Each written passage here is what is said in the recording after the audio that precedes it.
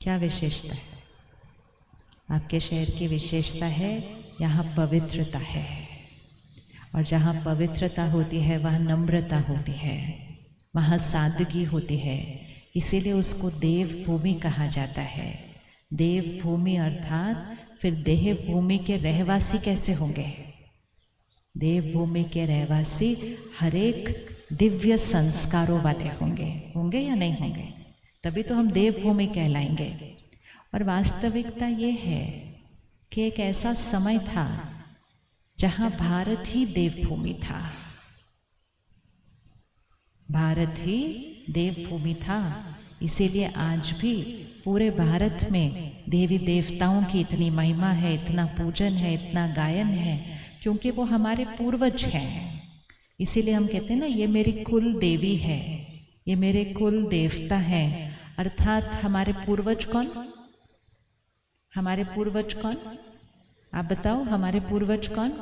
देवी देवता। तो ये कब हमारे पूर्वज थे और हम किसकी वंशावली हैं, हम किसके परिवार का हिस्सा हैं? तो जैसे सुबह, दोपहर, शाम, रात होती है। अभी देखो थोड़ी देर में अंधेरा होना शुरू हो जाएगा, फिर उसके बाद घोर रात्रि हो जाएगी। लेकिन फिर घोर रात्रि के कुछ घंटे के बाद क्या होगा? फिर उजाला शुरू होगा, फिर सवेरा होगा। तो ये चक्र चलता रहता है, राइट? समय एक चक्र है। सुबह, दोपहर, शाम, रात, सुबह, दोपहर, शाम, रात, चक्र घूमता रहता है। इसी तरह काल चक्र, समय का चक्र, अर्थात सृष्टि का भी एक चक्र है जो घूमता रहता है। और इस चक्र को हम देखते हैं स्वास्तिक के अंदर। सबने अपने घर में स्वास्तिक बनाया है ना? कोई भी शुभ कार्य करते हैं तो हम स्वास्तिक बनाते हैं। दिवाली के दिन हम लक्ष्मी पूजन करते हैं तो हम स्वास्तिक बनाते हैं। चलो अपने मन में लेके आओ, स्वास्तिक कैसे दिखता है? दिख गया? सबको दिख गया स्वास्तिक कैसे दिखता है? और फिर हम ऐसे स्वास्तिक बनाकर उसमें हम बिंदी लगाते हैं।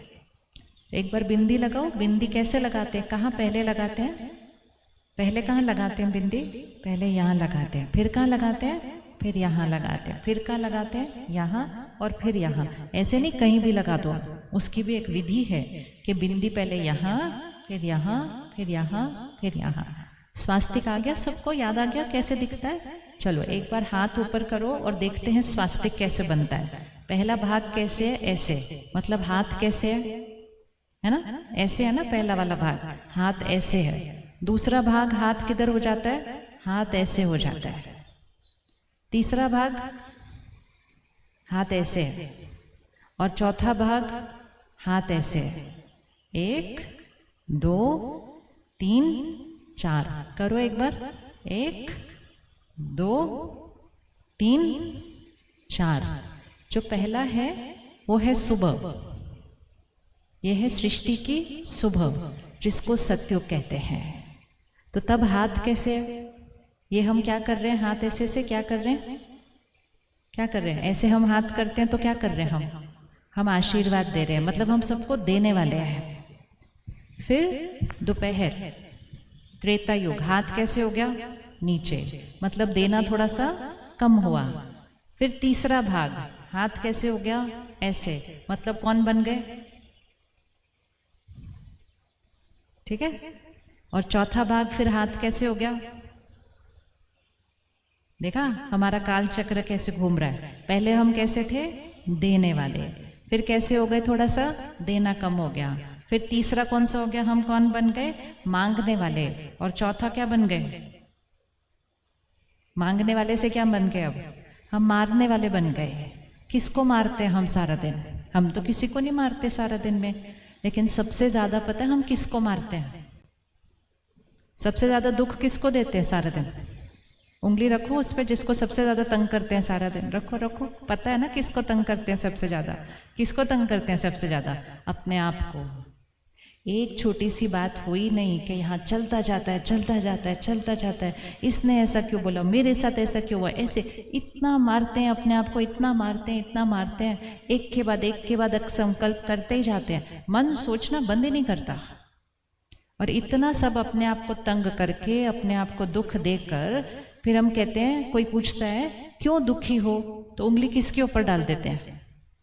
वे कहते हैं उसने बात ही ऐसी की, बुरा तो लगना ही था। मतलब खुद को तंग करते हैं और फिर तंग करके इल्ज़ाम किस पे लगा देते हैं? उस पे लगा देते हैं, और फिर इंतज़ार करते हैं कि सामने वाला बदलेगा, सामने वाला माफ़ी मांगेगा, सामने वाला अच्छे से बिहेव करेगा, व्यवहार करेगा, मेरे से प्यार से बात करेगा। और जब सामने वाला बदलेगा और सामने वाला मुझसे अच्छे से व्यवहार करेगा, तब मेरा दुख खत्म हो जाएगा, मेरे चेहरे पर मुस्कान आ जाएगी। तो हम कौन से वाले बच्चे बन गए? ऐसे वाले बन गए, मांगने वाले बन गए। देव आत्मा, दिव्य आत्मा, शक्तिशाली आत्मा कभी मांगते नहीं है।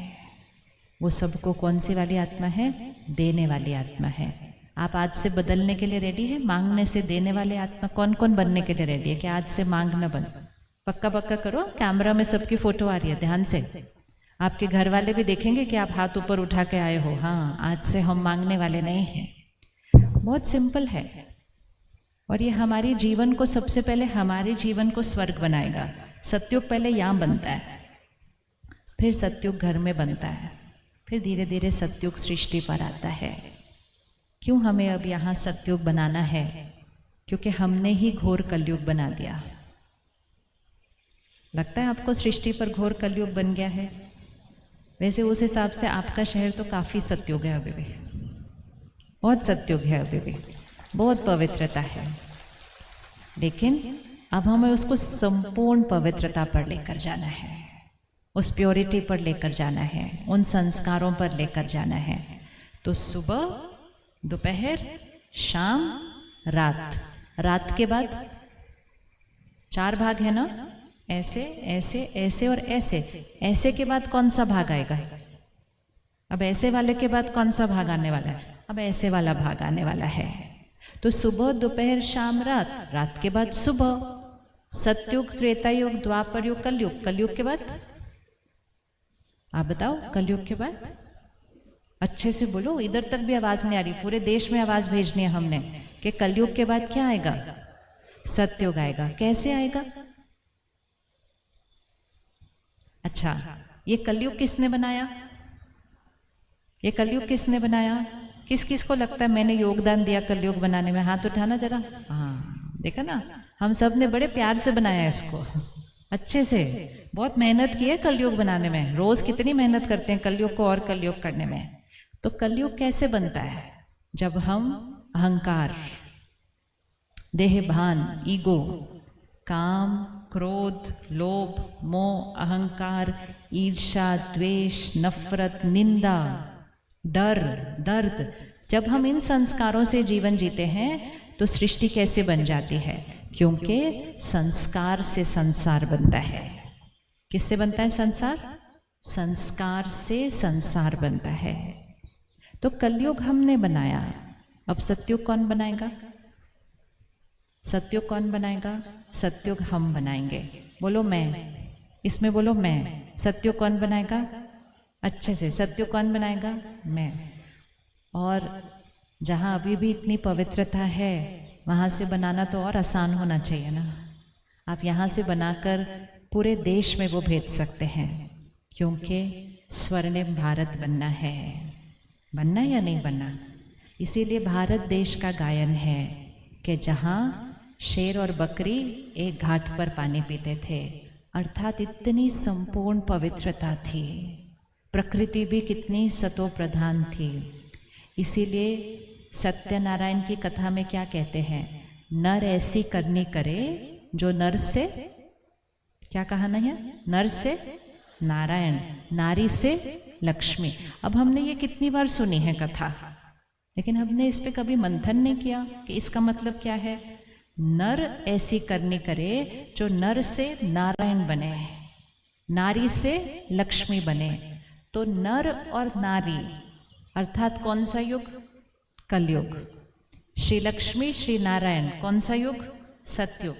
मतलब कलयुग में नर और नारी कोई ऐसी करनी करेंगे जो वो कलयुग से क्या बन जाएंगे? सतयुग बन जाएंगे, है ना। अब जब हम देवी देवताओं के चित्र देखते हैं तो उनके पीछे एक सफ़ेद रंग की लाइट दिखाई देती है ना, दिखाते हैं ना सफ़ेद रंग का सर्कल, पीछे आभा मंडल दिखाते हैं। हम सबके पीछे भी एक आभा मंडल है। सफ़ेद आभा मंडल अर्थात बेदाग आत्मा, बेदाग संपूर्ण पवित्रता, जहाँ कुछ चाहिए नहीं, संतुष्ट आत्मा, इच्छा मात्रम अविद्या, सर्वगुण संपन्न, 16 कला संपूर्ण, संपूर्ण परफेक्ट आत्मा। अगर हम अपने पीछे का आभा मंडल देखें तो क्या लगता है कौन सा रंग चल रहा होगा? चलो अपने पीछे देखो कौन सा रंग है। एक दूसरे का नहीं देखना, नहीं तो दूसरे का तो जल्दी दिखाई देता है कौन सा रंग है। अपना रंग देखना है कि मेरा रंग क्या होगा आभा मंडल का। आभा मंडल भी रोज बदलता रहता है हमारा थोड़ा सा। जिस दिन हम ज़्यादा परेशान हैं, जिस दिन यहाँ पे कुछ ज़्यादा ही चल रहा है, जिस दिन किसी के एक शब्द से मेरा मन बहुत उदास है, बहुत दुखी है, तो उस दिन मेरा आभा मंडल थोड़ा सा भारी हो जाता है। और जितना भारी हो जाता है उतना वो डार्क रंग की तरफ चला जाता है। और जिस दिन हम बहुत शुद्ध हैं, पवित्र हैं, सबको दे रहे हैं, खुश हैं, उस दिन हमारा आभा मंडल किस तरफ चला जाता है? लाइट कलर की तरफ चला जाता है, क्योंकि हम लाइट होते हैं। तो इसीलिए ये वो समय चल रहा है जहाँ हमें अपनी स्थिति को उस बोझ से, विकारों से, कमजोरियों से शुद्ध पवित्रता तक लेकर जाना है। और उससे हमारा आभा मंडल जो भी रंग का आज है उसको हमें संपूर्ण पवित्रता तक लेकर जाना है। और उसकी सबसे सहज विधि ऐसे करना बंद करके नहीं, ऐसे करना शुरू करना। और क्या करना बंद करना है? ये करना बंद करना है। 1 मिनट आंख बंद कीजिए और आज के सारा दिन को देखिए या पिछले इस हफ्ते को देखिए। जब भी मेरा मन डिस्टर्ब हुआ, मुझे कुछ ना कुछ चाहिए था। अब सिर्फ देखिए क्या बात हुई थी, किसने क्या किया था, क्या कहा था, कौन सी परिस्थिति मेरे अनुसार नहीं थी, किसका व्यवहार मेरे अनुसार नहीं था, उसको सामने लेकर आइए। देखिए अपने मन पर अभी। और उस समय मैंने कैसा महसूस किया, मेरे शब्द कैसे थे, मेरा व्यवहार कैसा था। और उस समय मैं आत्मा इसलिए डिस्टर्ब हो गई क्योंकि मुझे लगा उन्होंने किया ही ऐसा था तो डिस्टर्ब तो होना ही है। ये मेरी सोच थी। लेकिन अब अपने आप को फिर से देखे उस सीन में और बहुत साक्षी होकर, क्योंकि अभी तो वो सीन नहीं चल रहा, तो बिल्कुल साक्षी होकर देखें कि कल अगर ऐसी कोई बात आ जाती है तो क्या मैं उस परिस्थिति में दिव्य आत्मा, शांत, स्थिर, सबको दुआएं देने वाली, जो मेरे साथ गलत कर रहा है उसको भी दुआएं देने वाली, मैं शक्तिशाली दिव्य आत्मा। देखें अपने आप को उस सीन के अंदर। वो गलत व्यवहार कर रहे हैं, मैं शांत, स्थिर, सम्मान से बात करने वाले। वो चिल्ला के बात कर रहे हैं, मैं प्यार से बात करने वाली। वो अपशब्द बोल रहे हैं, मैं दुआएं देने वाली। वो शोर मचा रहे हैं, मैं धीमे स्वर में प्यार से बात करने वाली।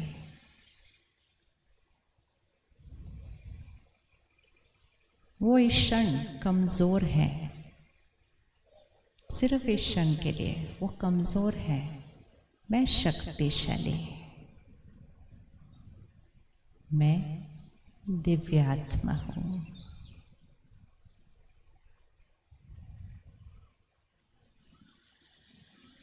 अच्छा, वापस आइए 1 मिनट। आपने देखा अपने आप को? किसको लगता है ये संभव है? किस किस को लगता है ये संभव है?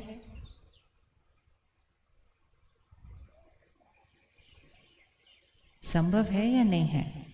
करना है या नहीं वो बाद में देखेंगे, पहले तो ये तो डिसाइड करें संभव है या नहीं है। संभव, संभव है, संभव है। फिर से एक बार देखो, उनको यहाँ रखो और खुद को यहाँ रखो। वो गलत बात कर रहे हैं, हम अच्छे से बात कर रहे हैं। वो परेशान है, चिल्ला रहे हैं, लेकिन वो परेशान है, चिल्ला रहे हैं। हम तो ठीक है, हम तो ठीक है। इट्स लाइक वो बीमार है, हम तो ठीक है ना। तो अब हमें इसको रोज अभ्यास करना है। एक बहुत बड़ी गलत फहमी हमने यहाँ रखी हुई है।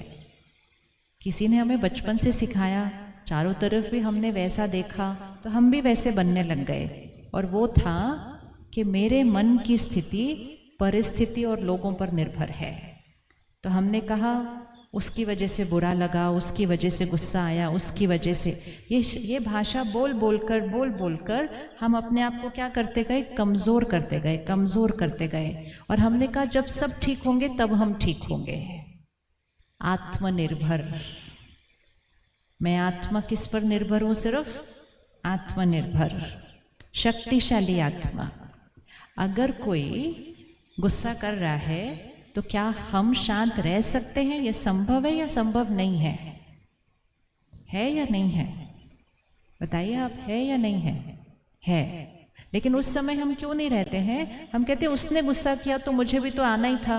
आना नहीं था, चॉइस है मेरी।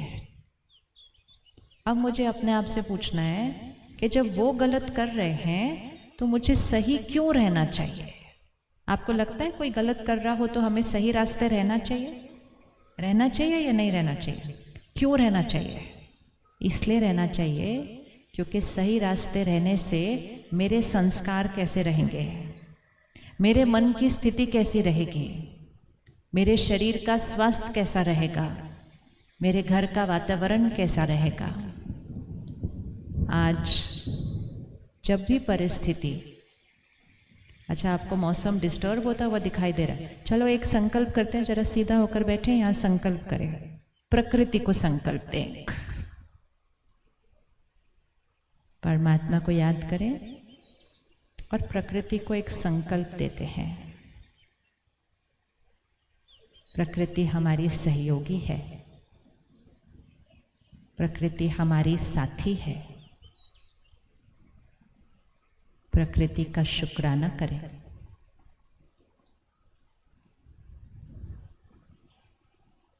बोला आपका बहुत बहुत शुक्रिया, आप सदा हमें सहयोग देते हो, साथी हो। शुक्रिया, शुक्रिया। बिल्कुल स्थिर, बिल्कुल स्थिर। ये जीवन जीने की कला है। जब भी कोई बात आए, जब भी कोई परिस्थिति आए, परिस्थिति हमारी मन की स्थिति पर हावी नहीं होनी चाहिए। परिस्थितियां तो आती ही रहेंगी, चाहे शरीर का स्वास्थ्य आए, चाहे लोगों का व्यवहार आए, चाहे प्रकृति आए, परिस्थितियां तो आती रहेंगी। लेकिन जब भी परिस्थिति आए, परिस्थिति की वजह से मेरे मन की स्थिति अगर डिस्टर्ब हुई तो मैं आत्मा गुलाम हूँ। हम गुलाम हैं या मालिक हैं? क्या लगता है, गुलाम है या मालिक है? प्रकृति का तो शुक्रिया करो, कितनी गर्मी हो रही थी, कितना अच्छा मौसम बना दिया, फ्री में एसी दिया प्रकृति ने हमें, कितना शुक्रिया करना चाहिए उसको। हमें लग रहा है वो पता नहीं क्या होने वाला है, वो बोल रही है कुछ नहीं, आपको ठंडक दे रही हूँ। कितनी गर्मी में बैठे थे आप सब, दे रही है या नहीं ठंडक दे रही है? फिर ठंडक दे दी, मौसम कितना अच्छा हो गया, लाइट कितनी अच्छी चेंज हो गई, कितना शुक्रिया। परिस्थिति कभी भी हमारे कंट्रोल में नहीं होती है, लेकिन एक ही चीज़ होती है जो सदा हमारे बस में होती है, हमारे कंट्रोल में होती है। वो कौन सी चीज़ है? कौन सी चीज़ है? ये मन की स्थिति। तो आज इस सीन से एक पहला लेसन लेना है। जब भी कोई परिस्थिति आए तो सबसे पहले परिस्थिति को दुआ दीजिए। जैसे ही परिस्थिति आती है तो हम पता है क्या करते हैं? हम कहते हैं क्यों हुआ, क्या हुआ, कैसे हुआ, अब क्या होगा, अब कैसे होगा, अब क्या करेंगे। इतने प्रश्न करते रहते हैं, इतना व्यर्थ सोचते हैं। परिस्थिति तो आकर चली जाती है, लेकिन मन की शक्ति कितनी घट जाती है। फिर थोड़ी देर के बाद एक और परिस्थिति आती है, हम फिर से वैसे ही करते हैं, क्या हुआ, क्यों हुआ, कैसे हुआ। फिर परिस्थिति चली जाती है, आत्मा की शक्ति घट जाती है। और ऐसे करते करते ये आत्मा बैटरी की शक्ति क्या होती जा रही है? कम होती जा रही है। और इसलिए सृष्टि कलयुग बन रही है। तो परमात्मा एक बहुत सुंदर विधि सिखाते हैं। जब भी कोई बात आती है, जब भी कोई बात आती है, छोटी सी बात या बहुत बड़ी बात, सबसे पहला संकल्प, और ये आज से आपने पक्का करना है, सबसे पहला संकल्प, इसमें मेरे लिए कल्याण है। बोलिए। नहीं, ताली बाद में बजाएंगे, पहले लाइन बोलते हैं। जब भी कोई बात आए, इसमें मेरे लिए कल्याण है। बोलिए एक बार, इसमें मेरे लिए कल्याण है। हम सबके जीवन का अनुभव है कि कई बातें आई, हम बहुत परेशान हुए, बहुत हिले, और कुछ महीनों बाद हमने कहा अच्छा हुआ वो हुआ, मेरे कल्याण के लिए हुआ। हुआ है कि नहीं? किस किस के जीवन में ऐसा हुआ है? हाथ देखो, कितने सबके जीवन में ये बात है, अनुभव। लेकिन हम कुछ महीनों बाद वो कहते हैं या कुछ सालों बाद कहते हैं। हमें कहना कब है? उसी क्षण। क्यों? जैसे ही बात आती है और हम व्यर्थ सोचना शुरू करते हैं, हमारी शक्ति घट जाती है, परिस्थिति हावी हो जाती है हमारे मन की स्थिति के ऊपर। और जैसे ही हम कहते हैं इसमें मेरे लिए कल्याण है, ये परिस्थिति भी मेरे अच्छे के लिए आई है, तो कौन शक्तिशाली हो जाता है? जब हम कहेंगे ये परिस्थिति भी मेरे अच्छे के लिए आई है, तो कौन शक्तिशाली हो जाएगा? तो हम शक्तिशाली हो जाएंगे, परिस्थिति नीचे हो जाएगी। तो प्रकृति को कहो आप भी मेरे कल्याण के लिए आए हो। बोलिए एक बार, आप मेरे कल्याण के लिए आए हो। फिर देखो कैसे वो कल्याण करती है हमारा। हम ही डर जाते हैं, हम ही हिल जाते हैं, हम ही परेशान हो जाते हैं। और जैसे ही हम हिलेंगे, संस्कार डिस्टर्ब होंगे, तो संसार तो अपने आप ही डिस्टर्ब होने लग जाएगा। इवन अगर कोई ऐसी बात आती है जो बहुत उथल पुथल की है, तो भी बाहर ही हिले ना। हम क्यों हिलते हैं? हम दिव्य आत्मा है। दिव्य आत्मा अर्थात आत्मा रूपी बैटरी क्या? बिल्कुल चार्ज्ड। तो देने वाली आत्मा मतलब सबको दुआएं देने वाली। तो सबसे पहली लेसन आज, हर परिस्थिति को दुआ देनी है। दे सकते हैं हर परिस्थिति को दुआ। और दुआ क्या है? आप अगर आए हैं तो इसमें भी मेरे लिए कल्याण है। कुछ कुछ परिस्थितियों में बाहर ऐसे लगेगा कि कोई कल्याण नहीं है, लेकिन एक कल्याण हमेशा होता है कि उस परिस्थिति में अगर मैं आत्मा स्थिर रही तो मुझ आत्मा की शक्ति उस परिस्थिति में ज़रूर बढ़ेगी। ये 100% सर्टेन है। होता है या नहीं होता? ऐसे कोई मुश्किल समय आता है और चला जाता है, लेकिन उसमें मैं आत्मा कमज़ोर हुई या मैं आत्मा शक्तिशाली बनी, ये कौन डिसाइड करेगा? मैं या परिस्थिति? कौन डिसाइड करता है? मैं या परिस्थिति? क्या लगता है कौन डिसाइड करेगा? मैं या परिस्थिति? मैं। तो एक कल्याण हर परिस्थिति में है कि मेरी शक्ति ज़रूर बढ़ेगी, मेरे अंदर की गुण और शक्तियाँ इमर्ज हो जाएंगी, क्योंकि मैंने पहला संकल्प ये किया कि इसमें भी मेरे लिए कल्याण है। तो हर परिस्थिति को दुआ। रेडी? हर परिस्थिति को दुआ देने के लिए 1 मिनट आंख बंद करो और अपनी जीवन की परिस्थिति देखो। कोई भी परिस्थिति जो इस समय चल रही है, परिवार में, काम कारोबार में, किसी के शरीर के स्वास्थ्य में, अब उसके प्रति अपने संकल्प को बदलते हैं।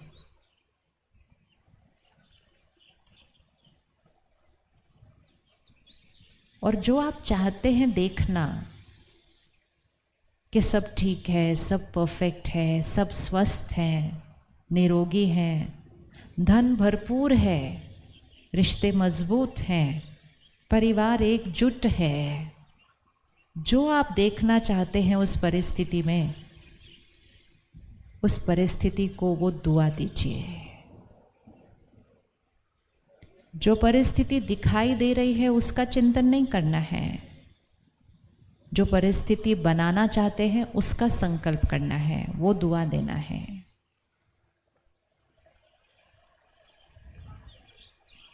हर एक ने अपनी अपनी परिस्थिति के लिए करना है।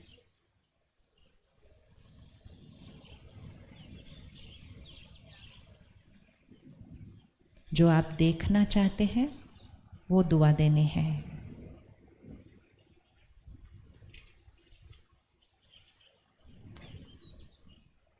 अब व्यक्ति को भी देखिए कि कोई आपसे गलत व्यवहार करता है, किसी का संस्कार सही नहीं है, उसके अंदर कौन सा संस्कार देखना चाहते हैं, उनको वो दुआ दीजिए।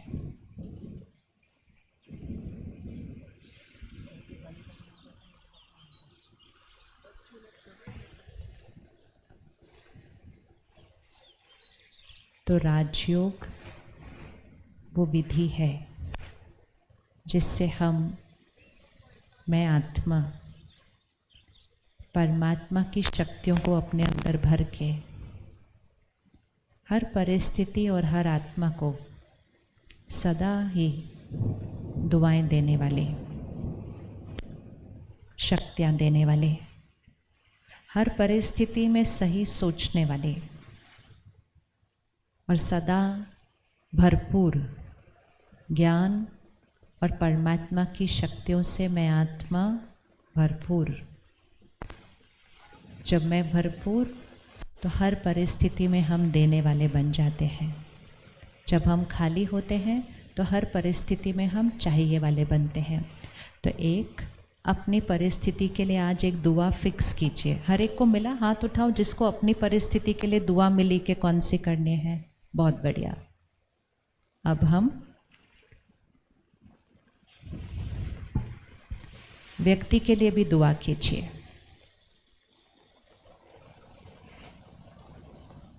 अब हम धीरे से उठेंगे चलने के लिए, लेकिन परसों शाम 6 बजे से जो नया भवन सेंटर का बना है वहाँ से 5 दिन के लिए हम शाम को 6 बजे 1 घंटे के लिए आएंगे